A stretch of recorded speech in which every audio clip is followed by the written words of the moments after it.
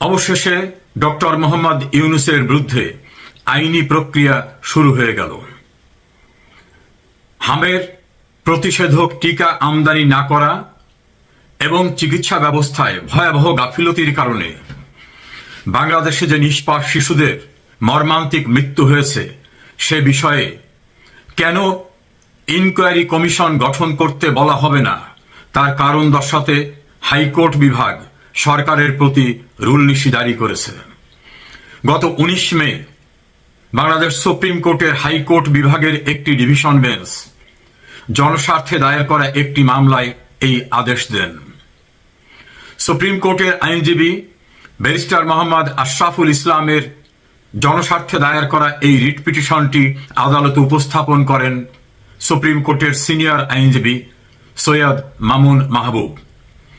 সরকারের পক্ষে অর্থাৎ রাষ্ট্রের পক্ষে অ্যাটর্নি জেনারেল এবং তার টিম এই মামলায় প্রাথমিক শুনানিতে অংশগ্রহণ করেন।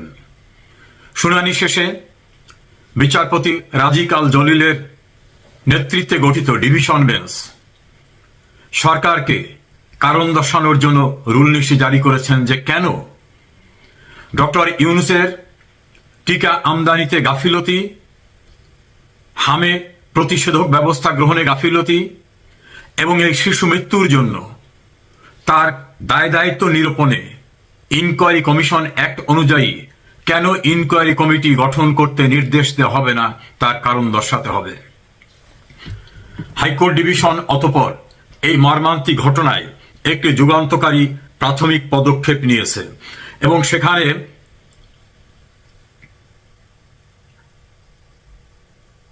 আগামী 4 সপ্তাহের মধ্যে অর্থাৎ 19 মে হাইকোর্টের আদেশের কপি যথাযথভাবে পৌঁছানোর পরে 4 সপ্তাহের ভিতরে সরকারকে কারণ দর্শাতে বলা হয়েছে।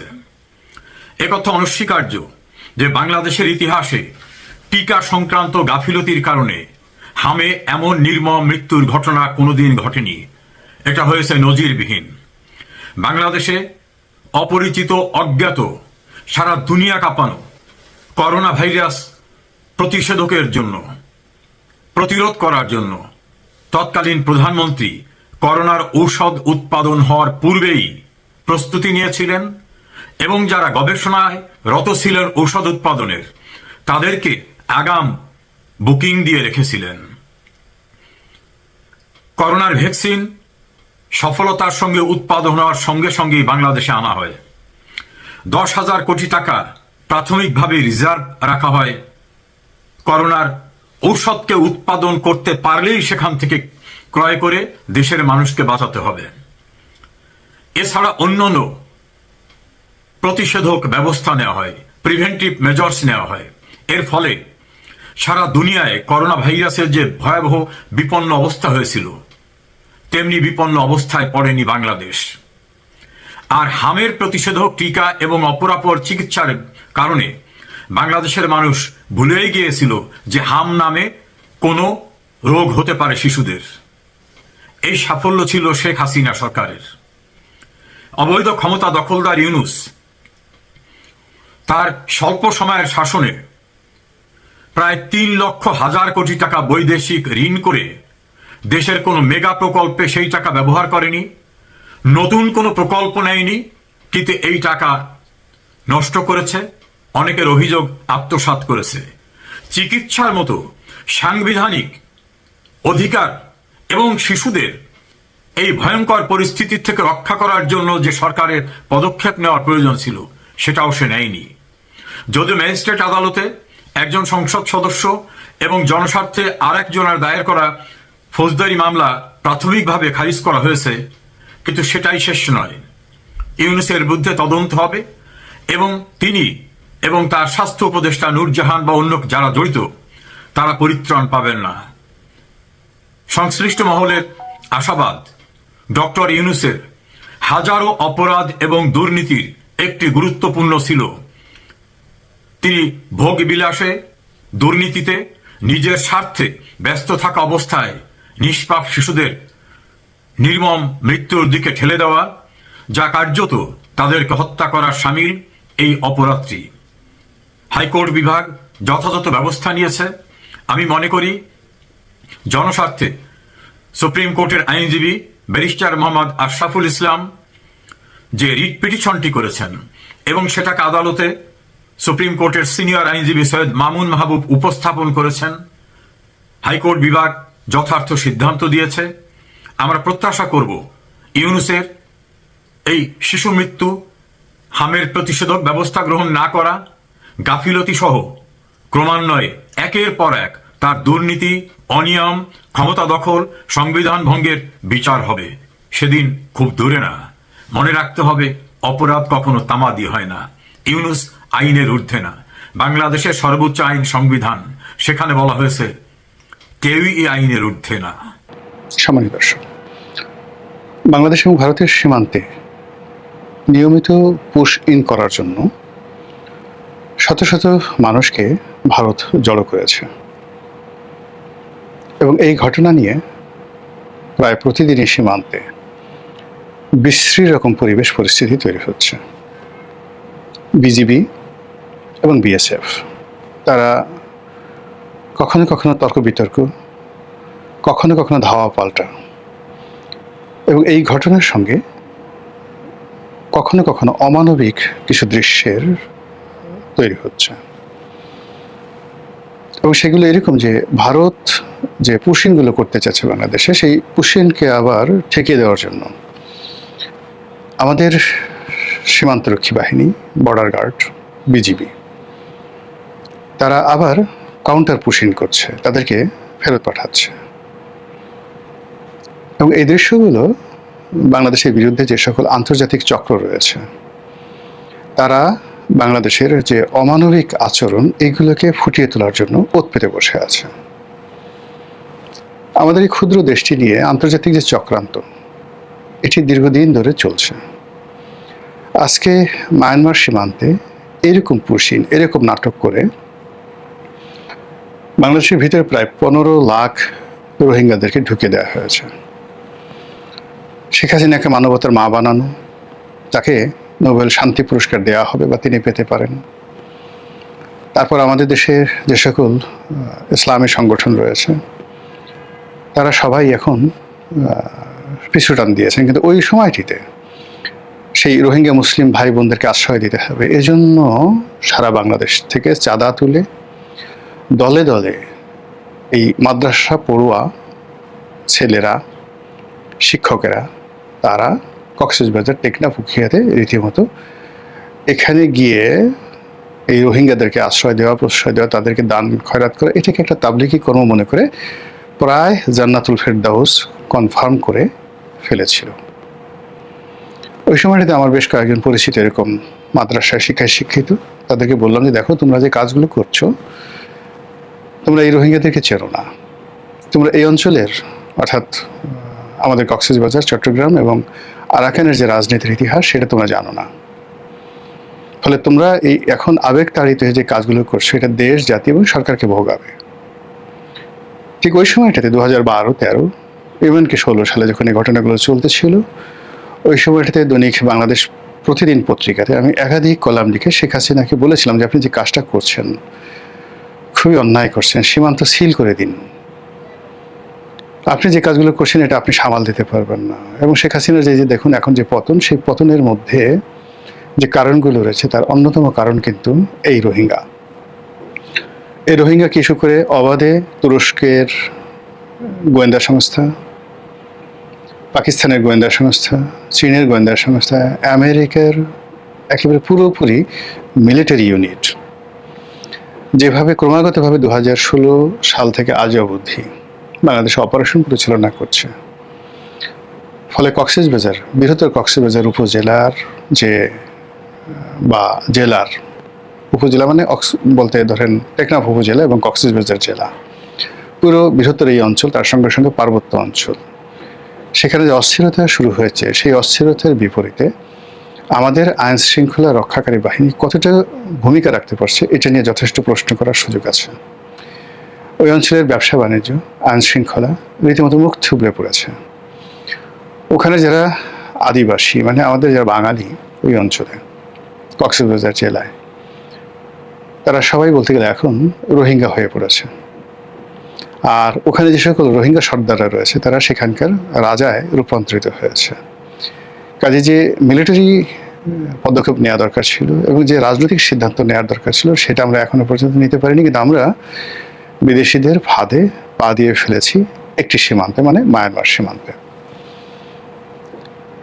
এবার আসুন, ভারতের সঙ্গে যে আমাদের প্রায় ৪,৫০০ কিলোমিটার সীমান্ত রয়েছে, বিশ্বের অন্যতম বৃহত্তম সীমানা।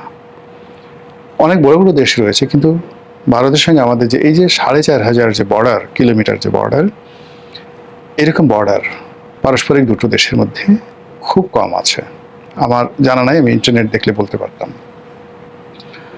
দ্বিতীয়ত হলো যে এরকম বিশাল বর্ডার কিন্তু অসম সামরিক শক্তি, অসম কূটনীতি এবং অসম অর্থনীতি এবং অসম সংস্কৃতি, এটি আর বিশ্বের কোনো দেশে নেই। যেমন ধরুন মেক্সিকোর সঙ্গে ইউএসের যে যাকে বলা হয় সীমানা রয়েছে, তারপর কানাডার সঙ্গে আমেরিকার যে সীমানা রয়েছে, চীনের সঙ্গে ভারতের যে সীমানা রয়েছে, পাকিস্তানের সঙ্গে আফগানিস্তানের যে সীমানা রয়েছে, তো সেই সীমানার যে ভৌগোলিক অবস্থান, রাজনৈতিক অবস্থান এবং সীমানার দুই পারে মানুষের মধ্যে যে অন্তমিল, তার বিপরীতে যদি আপনি আমাদের এই ৪,৫০০ কিলোমিটার সীমানার, ভারতের সাথে যে সীমানার, সেখানকার যে বৈরিতা, রাজনৈতিক বৈরিতা, ভৌগোলিক বৈরিতা, মানুষের মন এবং মানসিকতা এবং সাংস্কৃতিক যে বৈরিতা, এটি অন্য কোনো সীমানায় নেই। ফলে আমাদের এই সীমানা শান্তিপূর্ণ আছে এখনো পর্যন্ত, ৭১ থেকে এখনো পর্যন্ত, কিন্তু এটা অশান্তিতে রূপান্তরিত হতে এবং এটা যে কোনো সময় আমাদের স্বাধীনতা এবং সার্বভৌমত্বের জন্য বুমেরাং হতে ১ মিনিটের সময় লাগবে না। যেটা বলছিলাম যে আমাদের কক্সবাজারের যে সীমানা, এটা এখন মারাত্মক ঝুঁকি এবং সেই ঝুঁকির কারণে পুরো দুটো রেজিমেন্ট, অর্থাৎ কক্সবাজারে সেনাবাহিনীর যে রেজিমেন্টটা রয়েছে, তারপর পার্বত্য অঞ্চলগুলোতে যে রেজিমেন্টটা রয়েছে এবং গ্রেটার চট্টগ্রামে চট্টগ্রাম ক্যান্টনমেন্ট ভিত্তিক যে রেজিমেন্ট রয়েছে, এই পুরোটাই এখন ব্যস্ত রয়েছে বলতে গেলে এই রোহিঙ্গা পরিস্থিতি সামাল দেওয়ার জন্য। কক্সবাজারে যে গোয়েন্দা সংস্থাগুলোর যত তৎপরতা, আমাদের ওখানে যে পরিমাণে ইনভেস্ট করতে হচ্ছে, ওখানে সরকারের যে সকল কৌশলগত অফিসগুলো রয়েছে এবং প্রতিটা মুহূর্তে কক্সবাজার বিমানবন্দরে গেলে বা ডিসি অফিসে যারা চাকরি করেন তারা জানেন যে এখানে কি পরিমাণ ভিআইপি প্রোটোকল তাদেরকে দিতে হয়, যেটি এই রাজধানী ঢাকা শহরে দিতে হয় না।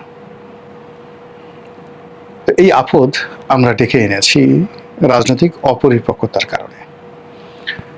এখন সেই সমস্যাটা আমরা সামাল দিতে পারছি না, উপরন্তু আমাদের ঘাড়ের উপরে ১৫ লক্ষ লোক এসে আশ্রয় নিয়েছে।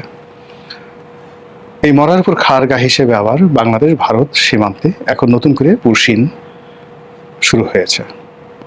কয়জন করতে পেরেছে আমরা আসলে জানি না, কিন্তু ভারত সীমানার ওপারে অন টেস্ট কেসে কয়েক হাজার লোককে তারা জড় করেছে এবং বিচ্ছিন্নভাবে ২০০, ৩৫০ ওভাবে সীমানার ওপারে জড় করে তারা পুরসিনের চেষ্টা চালিয়ে যাচ্ছে।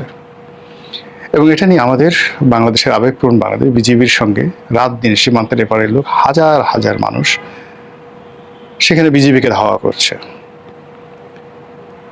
বিজিবিকে নয়, বিজিবির সাথে থেকে তারা বিএসএফকে ধাওয়া করছে, আমরা দেখছি। কিন্তু ওপারের মানুষ যে আবার বিএসএফ এর সাথে ঐক্যবদ্ধ হয়ে বাংলাদেশের লোককে যে ধাওয়া করছে, এই খবর তো আমরা জানি না। এবং সীমান্তে সত্যিকার অর্থে কতটুকু হতাহত হচ্ছে, কি পরিমাণ মানুষের এই উত্তেজনার ফলে কাজকর্ম বন্ধ রয়েছে, ব্যবসা বাণিজ্য বন্ধ রয়েছে, এবং এটার আফটার এফেক্ট কি আমরা সেটা জানি না। তবে আওয়ামী লীগ জামানাতে এই সমস্যাগুলো আমরা যখন শুরু হলো তখন আমরা জানি বা দেখেছি যে আসামের যারা বিজেপি সরকার এবং একই সঙ্গে নরেন্দ্র মোদী সরকারের যে স্বরাষ্ট্রমন্ত্রী, তারা প্রকাশ্যে বলেছিলেন যে বাংলাদেশের প্রায় ৩০ লক্ষ লোক আসাম এবং সংশ্লিষ্ট আশেপাশের এলাকাটা আছে, 30 লাখ লোক। তারা আরও বলার চেষ্টা করেছিলেন যে দিল্লি, গুজরাট এই সমস্ত এলাকাতে অন্তত 50 লাখ লোক আছে, পশ্চিমবঙ্গ নাকি আরও 50 লাখ লোক আছে। তাহলে 1,30,00,000 লোক ভারতের দাবি মতো বাংলাদেশি পরিচয়ধারী তারা এখন ভারতে আছে, তাদেরকে বাংলাদেশে ফেরত পাঠানো হবে। এর মধ্যে আসামের যে সরকার, বিজেপি সরকার, তারা পণ করেছিল যে এই 30 লাখ লোককে তারা ঠিক আলাদা করে তাদেরকে একটা ক্যাম্পে, কনসেন্ট্রেশন ক্যাম্পে, যেভাবে রোহিঙ্গা ক্যাম্প ওইরকমভাবে তাদেরকে আলাদা ক্যাম্প তৈরি করে সেই ক্যাম্পে রাখা হবে এবং সময় এবং সুযোগ মতো বাংলাদেশে যেভাবে বিহারি ক্যাম্প আছে, যেভাবে বাংলাদেশে রোহিঙ্গা ক্যাম্প আছে, এইভাবে আসাম বাঙালি একটা ক্যাম্প তৈরি করবে এবং সেখানে যে সকল বাঙালি আছেন যারা সন্দেহভাজন, যাদের আইডেন্টি কার্ড নেই, বা ভারতের বিজেপি সরকার, আসামের সরকার মনে করছে যে এই 30 লাখ লোক তাদের পরিচয়পত্র থাকলেও তাদেরকে সেই পরিচয়পত্র বঞ্চিত করে বাংলাদেশে ফেরত পাঠাবে এবং তাদেরকে সেই ক্যাম্পে জড়ো করা হচ্ছিল বা হবে। এই খবর আমরা আওয়ামী লীগ জামানাতে শুনেছি, কিন্তু যেহেতু আমরা মনে করেছি যে ভারতের সাথে আওয়ামী লীগের একটা ভালো সম্পর্ক, কাজে এটা শেষ পর্যন্ত আসলে হবে না। অন্যদিকে মমতা ব্যানার্জির সঙ্গে শেখ হাসিনা একটা মনস্তাত্ত্বিক দূরত্ব ছিল। এমনি উপরে উপরে দিদি, হাসিনাজি এই ধরনের খুব কোলাকুলি হতো, কিন্তু যেহেতু নরেন্দ্র মোদীর সঙ্গে শেখ হাসিনার খুব ভালো সম্পর্ক ছিল, এই জন্য মমতা ব্যানার্জি তার সঙ্গে একটা দূরত্ব বজায় রাখতেন এবং শেখ হাসিনার পতনে পশ্চিমবঙ্গ খুব গুরুত্বপূর্ণ ভূমিকা পালন করেছে এবং বাংলাদেশে যে সকল ইসলামিস্ট গ্রুপ রয়েছে তাদের সঙ্গে মমতা ব্যানার্জির নিদারুণ একটা সম্পর্ক ছিল এবং ওখানকার মুসলমানদের সঙ্গে মমতা ব্যানার্জির একটা ভালো সম্পর্ক ছিল। সেই সম্পর্কটা এখন বুমেরাং হয়েছে, মমতা পরাজিত হয়েছে, তার দল ভেঙে টুকরো টুকরো হয়েছে এবং সে নিজেও নির্বাচিত হতে পারেনি।